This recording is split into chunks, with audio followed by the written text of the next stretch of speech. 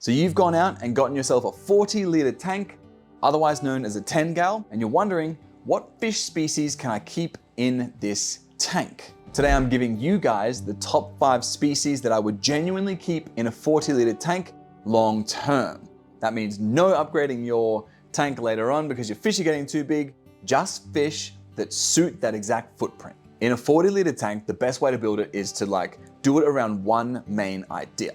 So that's one feature fish or one small schooling species of fish that look really, really good.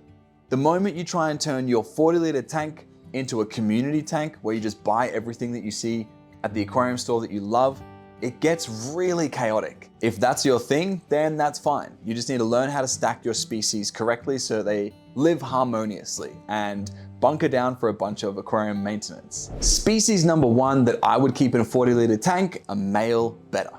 Betta work best when they're in that pad totally by themselves. One species, I would go heavily planted with gentle flow, and that is an absolute golden tank. One thing to look out for that's a good warning sign is if your Betta is stressed out, or he's flaring constantly, or he just doesn't act calm. He's always acting sort of erratic and moving around all the time. That's sort of the tell for you've probably got too many other fish in that tank and he hates it. But a 40-liter Betta tank done well looks premium. Species number 2 is guppies. Now I know this sounds crazy. Everyone's gonna be like, oh, don't add guppies to a 40-liter tank because they'll end up breeding. Fixed. Just get male guppies. Guppies have got this massive show-off energy, and it's very all over the place all the time. A lot of people do it when they're setting up a tank that's gonna be really flashy and a sort of a statement tank in an area in their house that's a more frequented area, because guppies will be attracted to people rather than repelled by people. So really, really good choice. I'd just be keeping it simple, 5 to 6 male guppies, really good flow, good filtration, and then regular maintenance. That tank will look amazing. The difference between the two is your guppies are chaotic, they got that real chaotic energy. Your Betta has got that real main character energy. So between the two, you just gotta choose your storyline. The next species is one I've wanted to keep for a long time, and I'm gonna be getting really soon, is some kind of a nano rasbora.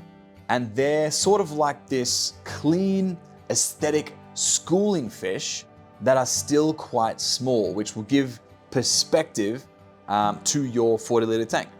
40-liter tanks might only have a small viewing window, but if the fish is actually small, it really changes the way everything looks. Bonuses is they're a micro species, which means there's a small bioload on that tank, and they're really tightly schooling fish too. So they've got a bit of room to move, and they've got that sort of natural looking, flowy, figure-8 motion effect that most people are really looking for in that small tank. Now, this fish species is where your plant choice and your lighting really takes over. So you can create a really good feature tank with a light that's got nice reds in it, because they will show off the color of your rasbora a lot more, and they'll illuminate the tank in more of an amber looking color, which will bring out any reds in your tank too. Species number 4 is another nano fish that I'm gonna get very, very soon in my fish room because I'm gonna try and breed them. CPDs, Celestial Pearl Danios.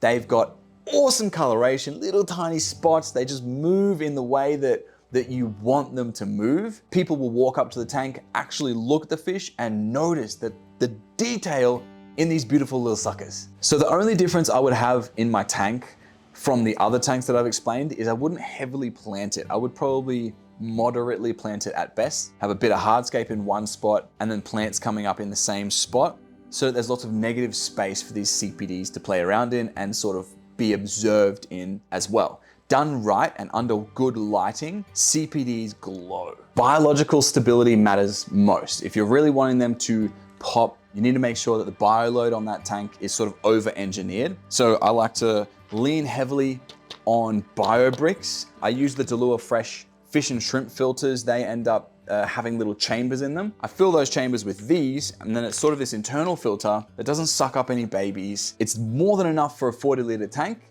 and it builds that stability up in such a way that it's consistent. So even when you water change, or if something does happen in that water, there's so much biological surface area in these filters that not much topples that balance. However, obviously everything's got its limits. Fish number 5 is an awesome fish to stack with other nano fish.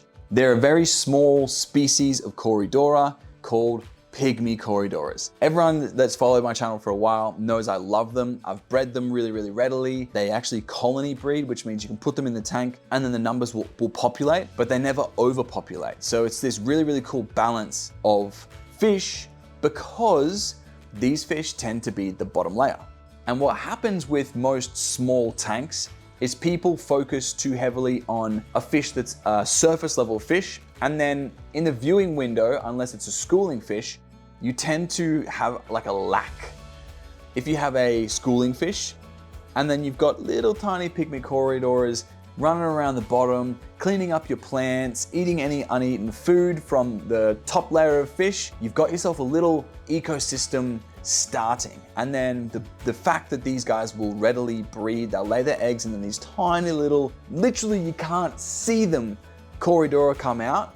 And if your organic media is good, you've got lots of biofilm sort of building up, lots of bacteria in that tank, they feed up just by themselves.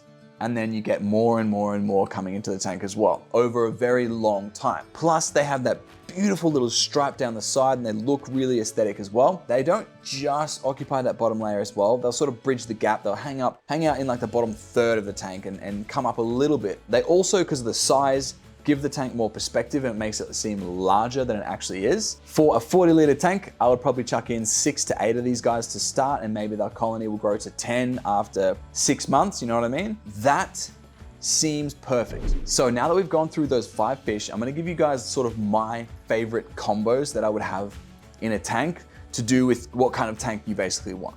So the first is, if you want a tank with character, like that main character energy, single Betta, heavily planted would look awesome. If you're looking for that clean, planted look, I'd be getting like 10 rasboras and maybe 6 pygmy corydora, and that would look awesome as well. And if you're looking for a tank that has that flashy and color poppy element to it, I'd be going for a tank with 5 or 6 male guppies in it, and that'll give you everything you need. Obviously plant the tank, make it suitable for them. That would be an awesome little tank that I would love as well. And if you're in the design phase of a little 40-liter tank and you'd like some help, let me know in the comment section below and I'll be able to help you sort of build out what kind of tank you want and I'll give you my best advice. So remember, we're building around one clear idea. That way your tank looks intentional and really spacious. Whereas if you do it the other way without planning, it tends to look cramped and small. So if you're into building tanks the right way the first time, hit the subscribe button and I'll see you guys on the next video.